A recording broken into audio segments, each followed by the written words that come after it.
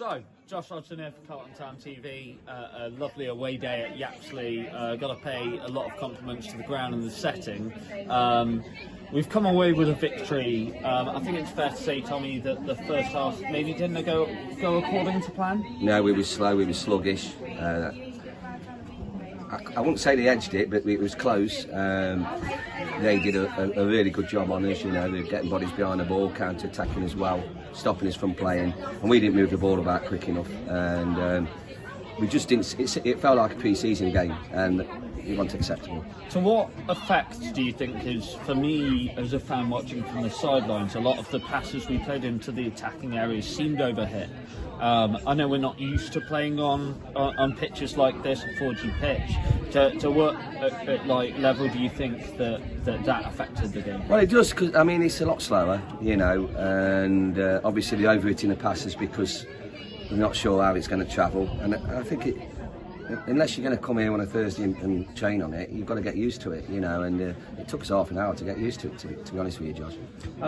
But then, luckily, half-time came, and it almost is a reset, isn't it? So, and then we came out second half, and unfortunately, when, you know, we've gone back to the penalty, but we showed character to react to that, right? Like, in reality, I mean, it's a tough penalty decision, but, you know. Look, the penalty decision was bizarre. You know, Kieran's caught the ball with nobody around him. Apparently pushed by Taylor. If you're going to give penalties in that situation, you've got to give them every time at the end. Me and Mark had a good chat at half time. There was two ways it was going to go. 10 minutes, we either changed and performed better, or we were going to make 3 substitutions. And luckily for the lads at the time, it changed after 10 minutes, and we was more at it, more dynamic, and we just looked fresher, and we moved the ball quicker. And then, obviously, we managed to get a couple of goals back in our head, which really, like, maybe was the character we'd shown in the first half without the finishing cut. Is that fair? Yeah. It's look, you've got goals in this side, you know, with Niall Davey, Nat Watson, Tyler, Azza, the people coming on. And we knew if we stepped it up again, we'd score goals. And we're also very good at keeping clean sheets, you know. Should have been a clean sheet today. And it was just much better second half, Josh. And then, obviously, we went down to 10 men. I mean, that's a tough one to take, but it is what it is, you know, if that's what we're going to put out on paper.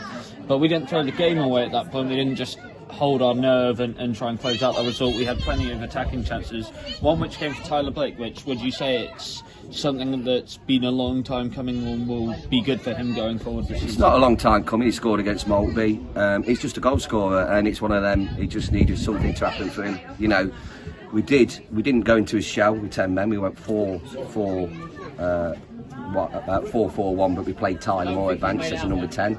So we kept the attacking threat, and it worked. You know, it was a super goal to take. He's been playing well, Tyler, and I did say to him on Tuesday that I thought he was close to being man of the match without scoring, and just keep working on, and he'll get his goals. You know, because he's a natural finisher, Tyler. So I'm expecting more goals to come from him there. We also saw, like, without disrespect to say, arrested or a change of team today, amongst the group, ahead of what is 2 fixtures against someone we've now leapfrogged via their results today in Ilkeston.